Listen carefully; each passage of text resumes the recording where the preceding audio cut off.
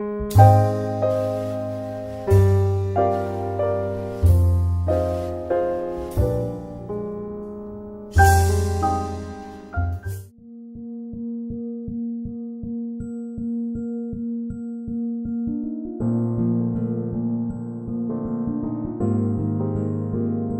título é para trazer realmente essa sugestão e esse questionamento. Então ele é mais como que uma instigação. Crescer dói, então você faz uma pergunta para si mesmo.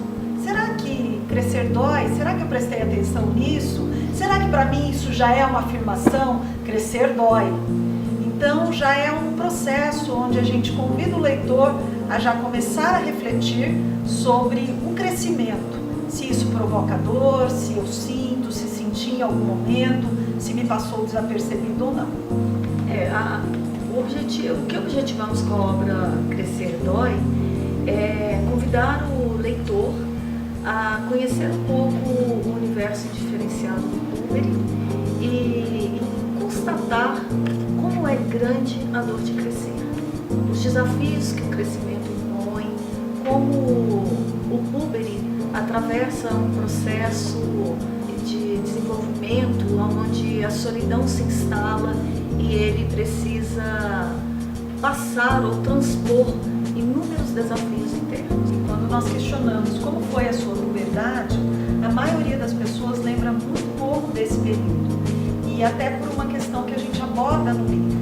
Como é um período muito delicado e muito exigente do desenvolvimento, onde as angústias e a ansiedade podem ser vividos em níveis assim, quase que insuportáveis, é muito comum que todo esse período seja decantado no inconsciente e a pessoa se lembre muito pouco da dor sentida. Então essa dor em algum momento ela foi consciente, mas ela foi tão assustadora que foi preciso esquecer, deixar ele quietinho em algum canto, em algum porão ali do inconsciente.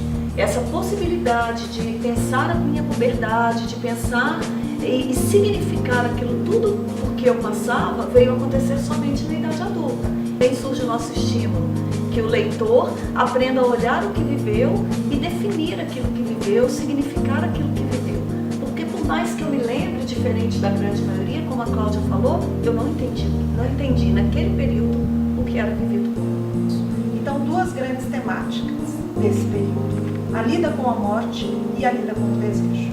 São muito intensos, não é? E isso a gente coloca no livro, porque nesse momento uma grande morte está ocorrendo. Aquele mundo conhecido e diferenciado, aquele corpo infantil, aquela criança está desaparecendo para que outra estrutura surja.